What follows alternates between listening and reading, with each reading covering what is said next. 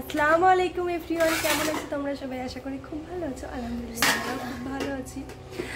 আর আজকে 20 নম্বর রোজা। আজকে আমি আমার বাপের বাড়ি চলে এসেছি। একটু আগেই এলাম। আসার সময় তোমাদের সাথে আর কিছু শেয়ার করতে পারিনি। এসে গোসল করে নিয়েছি, গোসল করে উঠে ভাবলাম তোমাদের সাথে শেয়ার করি। আজকে আমি চলে এসেছি আজকে এখানে মাদের বাড়ি। কি খাই কি মানে যা কিছু সবটাই তোমাদের সাথে শেয়ার করব। আর এসে দেখি মা আমাদের জন্য বিরিয়ানি করছে। চলো দেখা যাক, তোমাদের সাথেও একটু শেয়ার করি। ছোটদের স্নেহ আর বড়দের অনেক অনেক ভালোবাসা নিয়ে আমি আজকের আমার ভিডিওটা শুরু করছি। তোমরা আমার সাথে থেকো, পাশে থেকো আর দেখতে থেকো। আর ভালো লাগলে প্লিজ একটা লাইক, কমেন্ট, শেয়ার, সাবস্ক্রাইব করতে ভুলো না। চলো দেখতে থাকো। আমি এসেই দেখছি মা বিরিয়ানি করছে। চলো দেখি, তোমাদেরকেও একটু দেখাই। দেখো মা বিরিয়ানি হাঁড়িতে চাপিয়েও দিয়েছে, ভাবাতে দিচ্ছে। খুব সুন্দর একটা কালার এসেছে। তোমরা জানিও কিন্তু বিরিয়ানিটা কেমন দেখতে হয়েছে। দেখো মা এখন ঢেকে দেবে এইটা।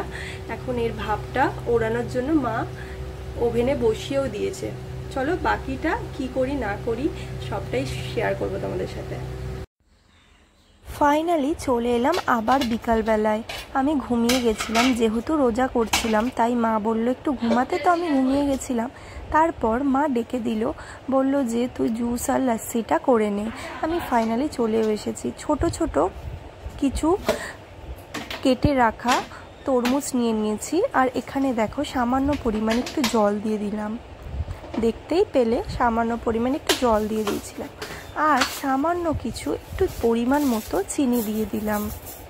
এটা বানাবো তরমুজের জুস, ওয়াটারমেলনের জুস। খেতে ভীষণ সুন্দর লাগে, তোমরাও একবার ট্রাই করে দেখতে পারো। এখন আমি মিক্সারে ব্লেন্ড করে নেব। দেখতেই পারছো মিক্সারে ব্লেন্ড করে নিচ্ছি।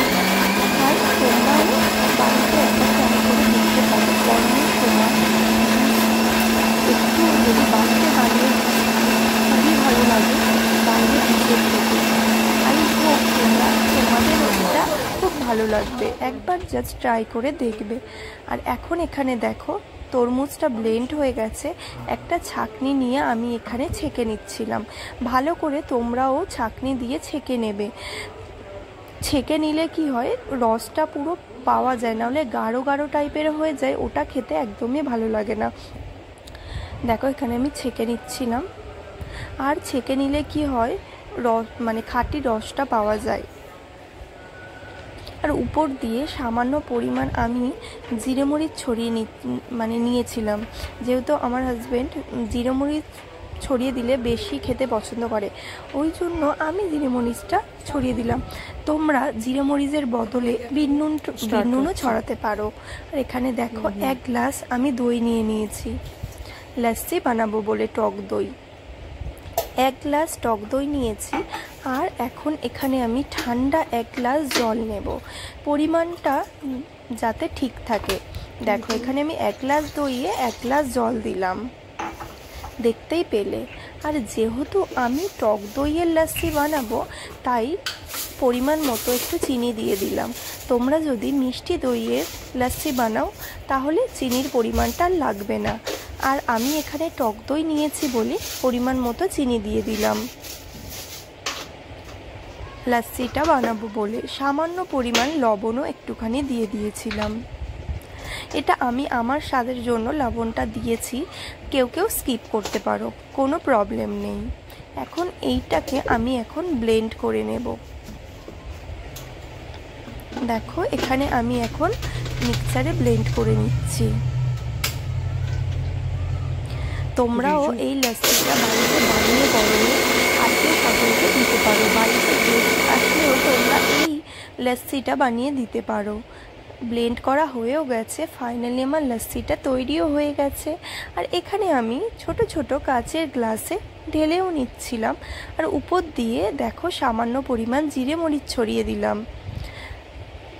টক দইয়ে লাস্সিতে জিরে মরিচ ছড়ালে বেশ ভালো খেতে হয়। আর তোমরা যদি স্কিপ করে যেতে চাও করতে পারো, একটু বিট নুন ছড়িয়ে দেবে।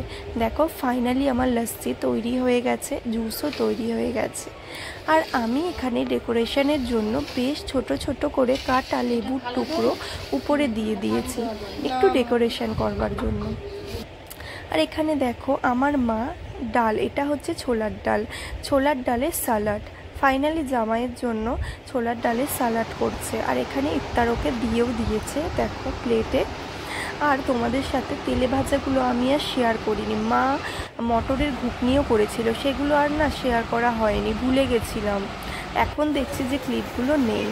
আর রাত্রে তোমাদের কাছে ডিনার নিয়েও চলে এসেছি। দেখো বিরিয়ানি, দেখতেই পেয়েছিলে দুপুরবেলা মা বানাচ্ছে, শসার সালাড আর বিরিয়ানি, আর সাথে তো কোল্ড ড্রিঙ্কস থাকবেই।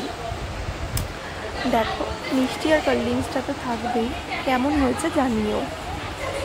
হাই বন্ধুরা, আবার চলে এলাম রীতিমতো বাপের বাড়ি থেকে শ্বশুরবাড়ি চলেও এসেছি।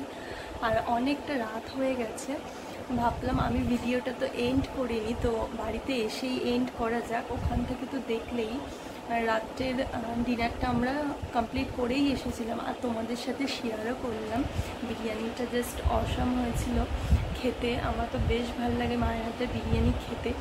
তো আমি আগে থেকেই বলে দিয়েছিলাম যে বিরিয়ানি খেতে ইচ্ছা করছিল, তাই গিয়েই দেখলাম যে বিরিয়ানি করছিল। এবার যেহেতু রোজা করছিলাম ওই জন্য তো দুপুরবেলায় লাঞ্চ করা হয়নি, তো মা করে রেখে দিয়েছিল, রাত্রেবেলায় সেটাকে সবাই মিলে খেলাম।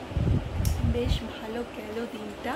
আর তারপর চলে এসেছি বাড়িতে এসেই বাবুকে ঘুম পাড়িয়ে দিয়েছিলাম, ঘুম পাড়িয়ে দিয়েছি, অনেকটা রাত সবে ঘুমালো, ওই জন্যই আমার ভিডিওটা এন্ড করতে আরও বেশি দেরি হয়ে গেল।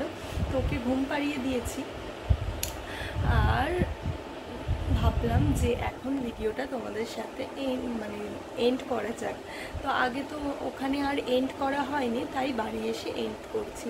আর আমার ভিডিওটা, আজকের ভিডিওটা তোমাদের কেমন লেগেছে প্লিজ কমেন্ট করতে ভুলবে না কিন্তু। আর আশা করি বেশ ভালোই লাগবে। আর আমার যারা পুরনো বন্ধুরা আছো প্লিজ লাইক করে দিও, আর যারা নতুন বন্ধুরা আছো এখনও সাবস্ক্রাইব করোনি আমার ভিডিওটা দেখে, প্লিজ আমার ভিডিওটা দেখে লাইক কমেন্ট শেয়ার সাবস্ক্রাইব করতে ভুলো না কিন্তু। আবার একটা নতুন ভিডিওর জন্য ওয়েট করতে থাকো। এবার নেক্সট ব্লগটা বেশ এনজয় করবে, মজা করবে, তোমাদের সাথে অনেক কিছু দেখাবো। আমি কি কি শেয়ার করলাম, কি কি ঈদের শপিং করলাম, সবটাই নেক্সট ব্লগে তোমাদের সাথে শেয়ার করব। ওয়েট করতে থাকো নেক্সট ব্লগটার জন্য। খুব তাড়াতাড়ি চলে আসবে নেক্সট ব্লগটা, যে আমি ঈদে কত মার্কেটিং করেছি, শপিং করতে করতে ক্লান্ত হয়ে গেছিলাম। তো সেটাই তোমাদের সাথে নেক্সট ব্লগে আমি শেয়ার করব। এটা এই পর্যন্তই, আমি আমার ভিডিওটা এখানে এন্ড করছি। টাটা, আবার একটা নতুন ভিডিওতে তোমাদের সাথে আবার আমার দেখা হবে। ততক্ষণ তোমরা ভালো থাকো, সুস্থ থাকবে। টাটা, বাই, আল্লাহ হাফিজ।